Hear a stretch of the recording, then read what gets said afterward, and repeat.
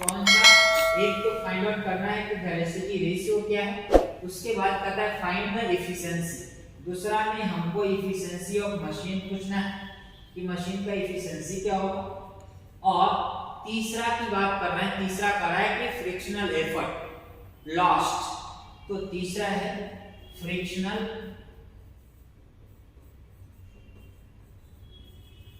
Effort lost पूछा तीसरा question. उसके बाद कहता है कि when a load of 1050 is lifted bye an effort of 25, यानी बोला कि लोड कितना है, यानी गिवन डाटा क्या है 1050 न्यूटन हमारा लोड है और 25 mm क्या है, 25 न्यूटन जो है हमारा एफर्ट है। देखिए कितना अच्छा है कि 25 न्यूटन का मात्र फोर्स लगा रहा है और 1050 न्यूटन का जो बॉडी है जिसका वेट है वो उसको उठा रहा है मात्र 25। तो वही पूछा है कि अगर ऐसा मशीन है तो उस मशीन का बताइए एफिशिएंसी कितना होगा। तो सबसे पहले बात करते हैं question differential wheel and axle का है। तो एफिशिएंसी निकालने के लिए जो हमारा फार्मूला होगा MA/VR होता है, ठीक है, MA/VR होता है हमारा एफिशिएंसी का फार्मूला। VR निकालेंगे, MA निकालेंगे। पहला जो ऑब्जेक्टिव है हमारा VR निकालने का, तो VR का फार्मूला अभी हम लोग बताए थे कि डिस्टेंस मूव्ड बाय एफर्ट।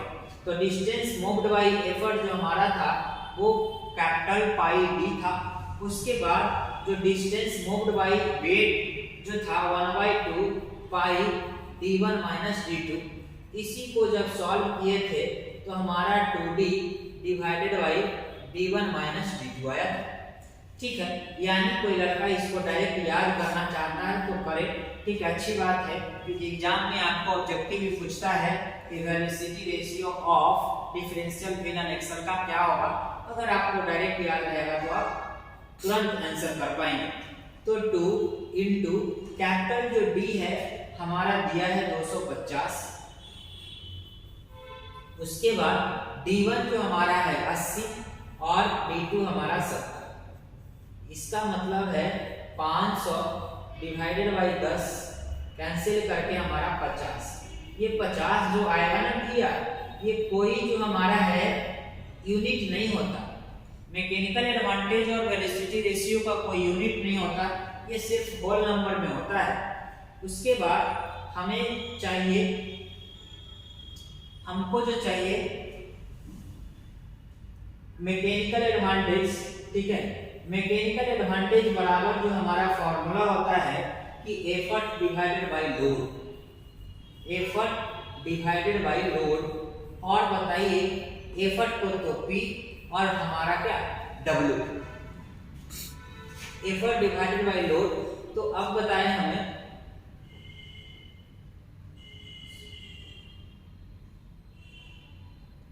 इसमें जो हमारा है W और P हमको दिया है, W और P हमारा दिया है W 1050, W जो है सॉरी यहाँ पे जो है मैकेनिकल एडवांटेज बराबर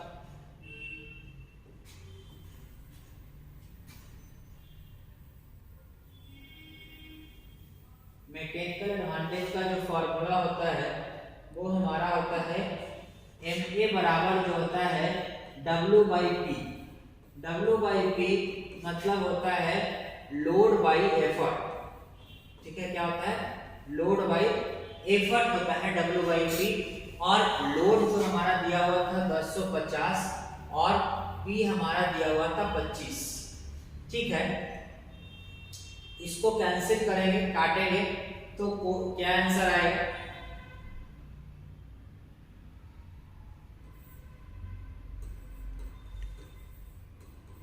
ठीक है। और 5 से तो ये कटेगा नहीं कुछ,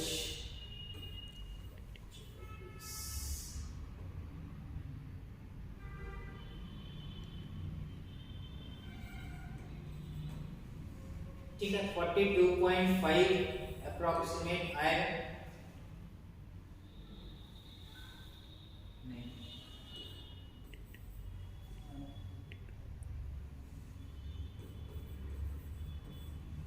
ठीक है, 42 ही आएगा। ठीक है,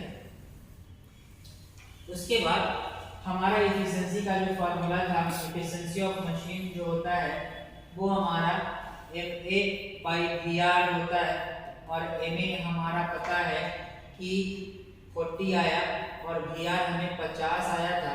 इसको कैलकुलेट करेंगे तो इसको 100 से मल्टीप्लाई कर दो, एफिशिएंसी है तो 50 गुना 100 यानी 84% जो हमारा आएगा एफिशिएंसी आएगा। ठीक है, इसके बाद एक क्वेश्चन और बोला है कि जो हमारा फ्रिक्शनल एफर्ट लॉस्ट, इसमें बोला फ्रिक्शनल एफर्ट लॉस्ट जो है, हमको फ्रिक्शनल एफर्ट लॉस्ट जो है, फ्रिक्शनल एफर्ट लॉस्ट जो है वो हमारा P minus W by VR, ये फॉर्मूला होता है P minus W by VR।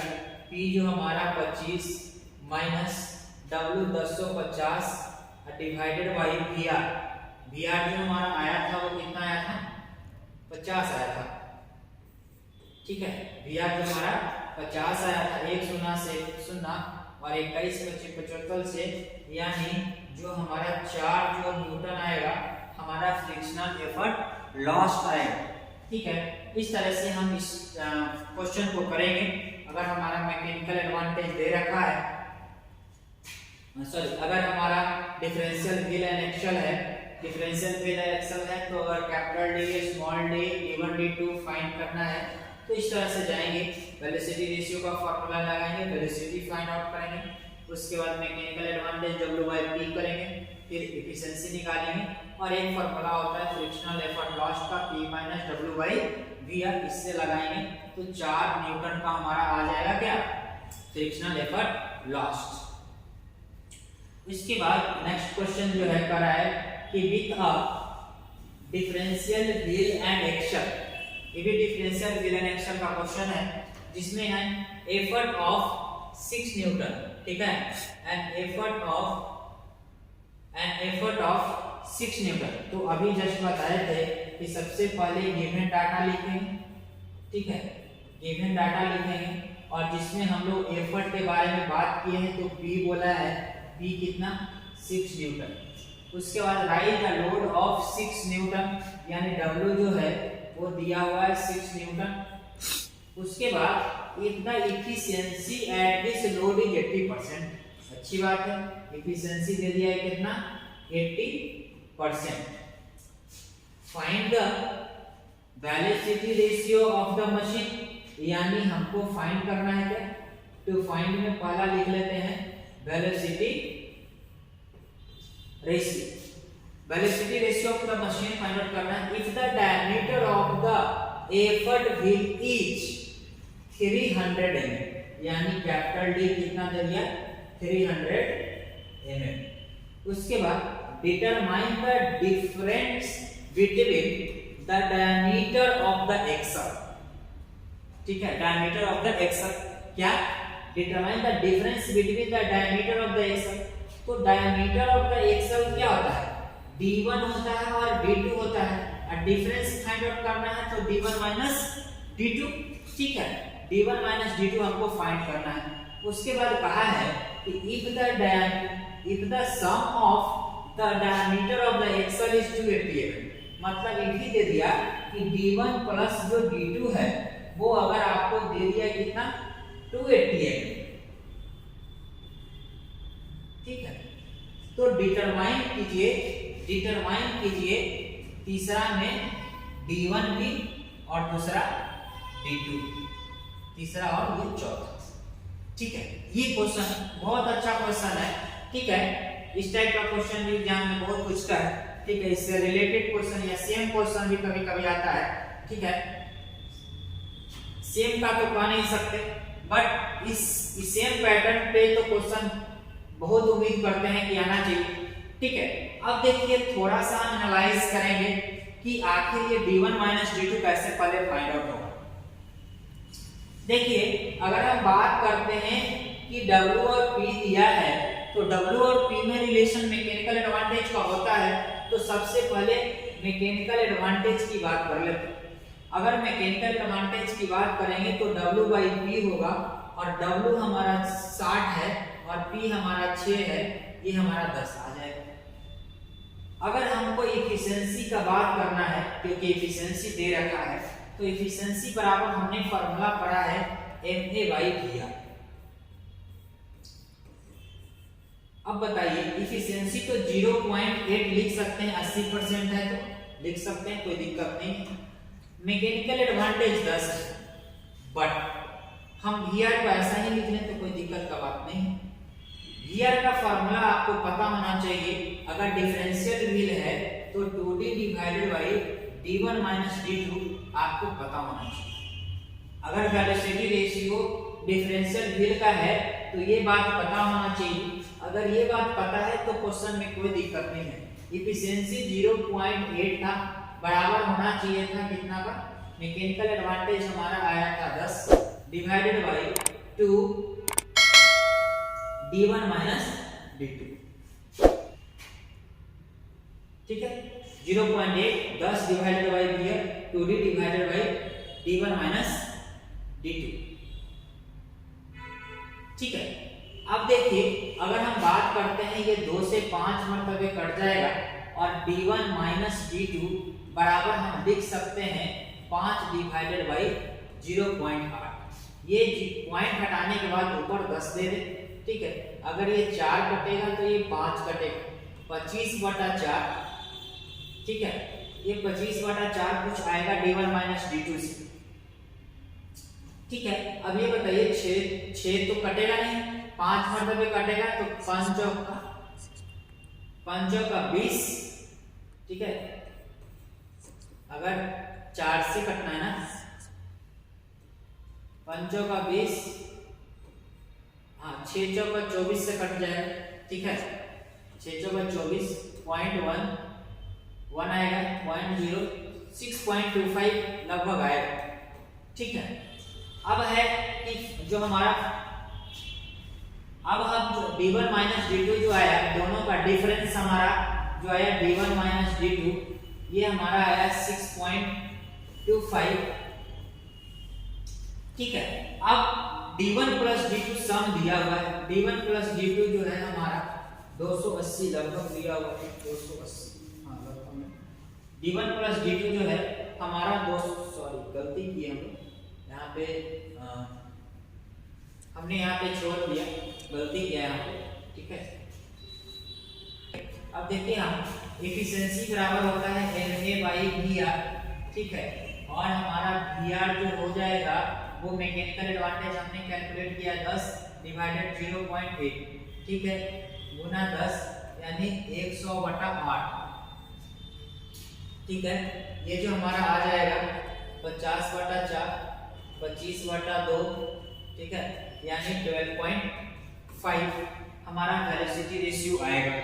ठीक है, अब जो वेलोसिटी रेशियो आया, हमने फॉर्मूला पढ़ा है velocity ratio is equal to 2D divided by D1 minus D2। ठीक है, वेलोसिटी रेशियो कितना है, 12.5 आया, और हमारा 2 इंटू D, D जो हमारा है, D जो हमारा कैपिटल D 300 mm है, 300 mm, तो 300 divided by D1 minus D2। ठीक है, अगर हम D1 माइनस D2 कर दें तो देखिए क्या आ जाएगा, 2 गुना 300 डिवाइडेड बाई 12.5। ठीक है, इसको अगर हम सॉल्व करें 100 ना दे देते हैं, 300, इसको सॉल्व कर लेंगे। ठीक है, तो 5 मरतबे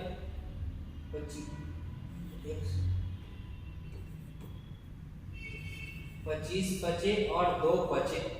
ठीक है, और ये 5 से कट जाएगा, और ये उसके बाद 12 × 5 = 60, ये कट जाएगा, 12 गुना 24, 2 ना कितना 48। ठीक है, ये 48 आया D1 माइनस D2, और D1 माइनस D2 अगर 48 आ गया तो D1 प्लस D2 हमारे क्वेश्चन में दे रखा है कि कितना आएगा। D1 प्लस D2 जो है हम हमको दे दिया है d1 प्लस d2 280 mm, ठीक है 280 mm अगर दे दिया है, अगर दोनों इक्वेशन को ऐड कर दें, ठीक है, तो d2 और d2 कैंसिल हो जाएगा, तो 2d1 इज इक्वल टू जो आएगा वो आ जाएगा 8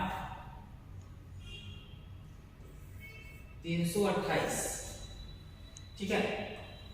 और यहाँ से अगर बात करते हैं d1 is equal to 328 divided by 2 यानी 164, d1 जो आएगा ये हमेशा किस में आएगा, mm में आएगा, ठीक है।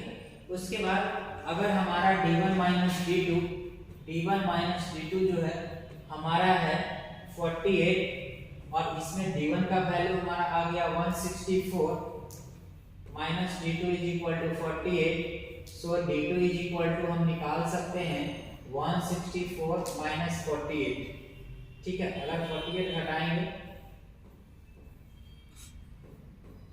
यानी d2 जो हमारा आएगा वो 116 mm आएगा, ठीक है। d2 जो हमारा आएगा 116 mm आएगा और d1 जो आएगा 100 हमारा 64 mm आएगा। उसके बाद जो मैकेनिकल एडवांटेज है वो हमारा 10 आएगा। वेलोसिटी रेशियो हमने अभी फाइंड आउट किया था, वेलोसिटी रेशियो हमारा 12.5 आएगा।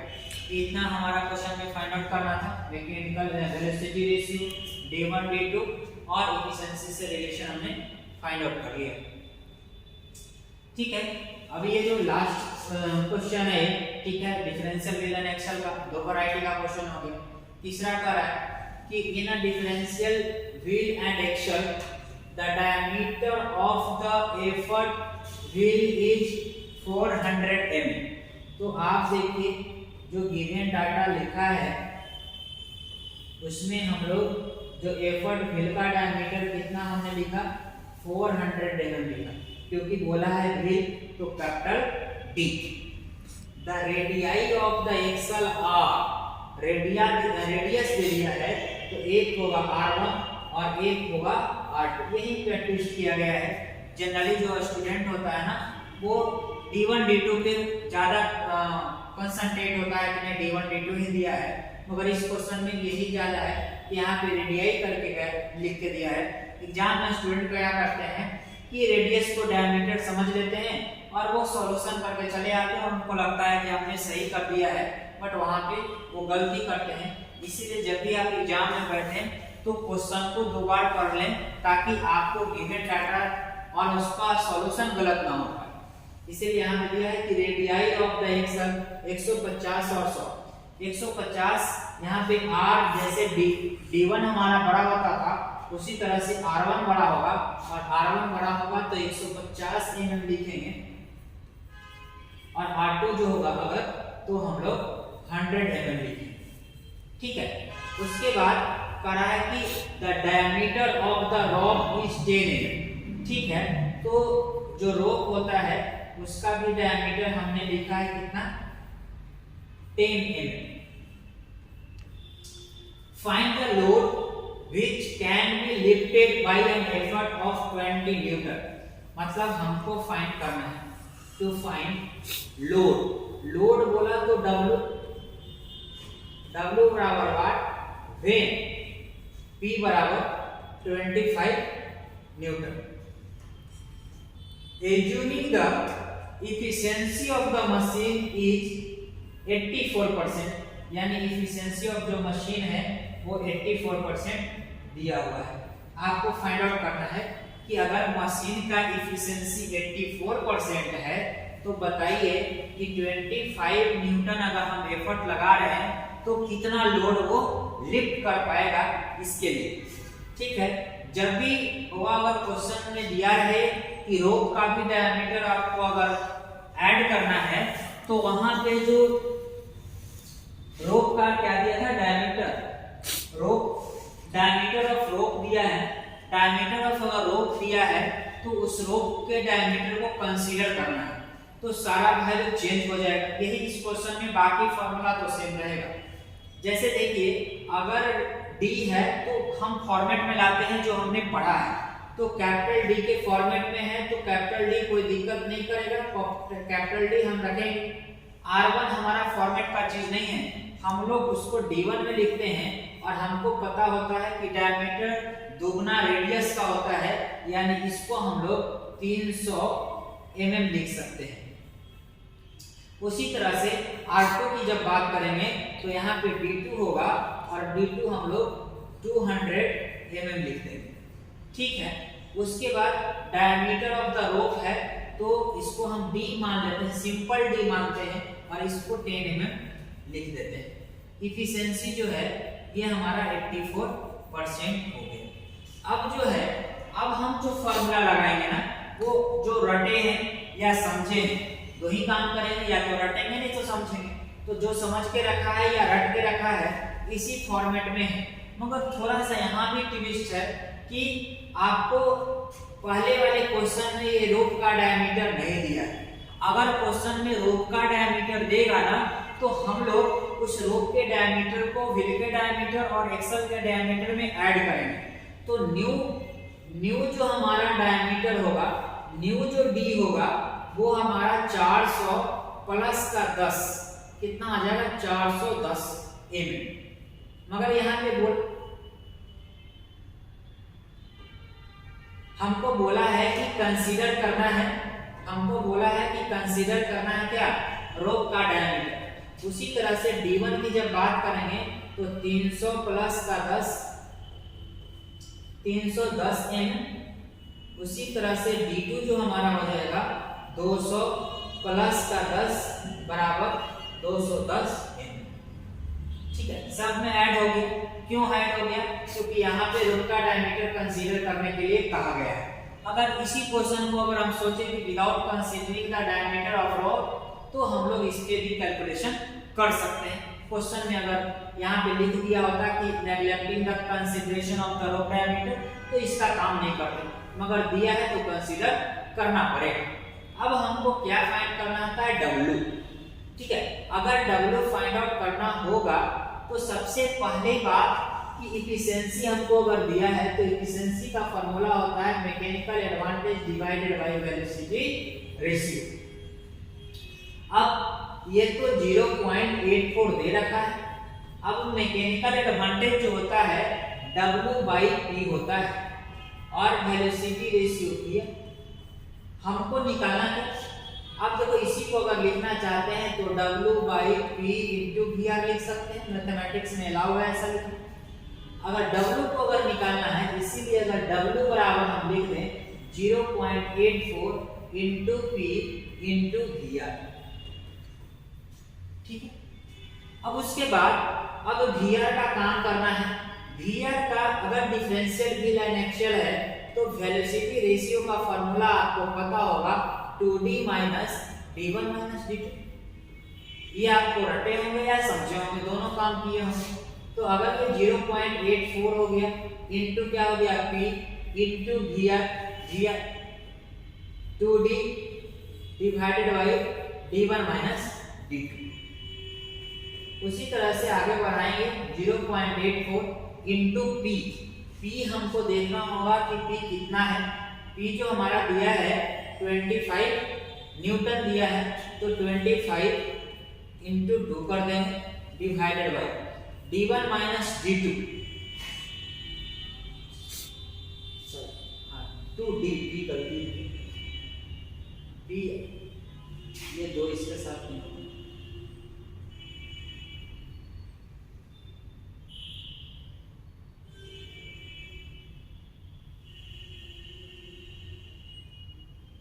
ठीक है। ये P हमारा था 25 इनटू 2 इनटू D का वैल्यू जो आपने यहां निकाला 410,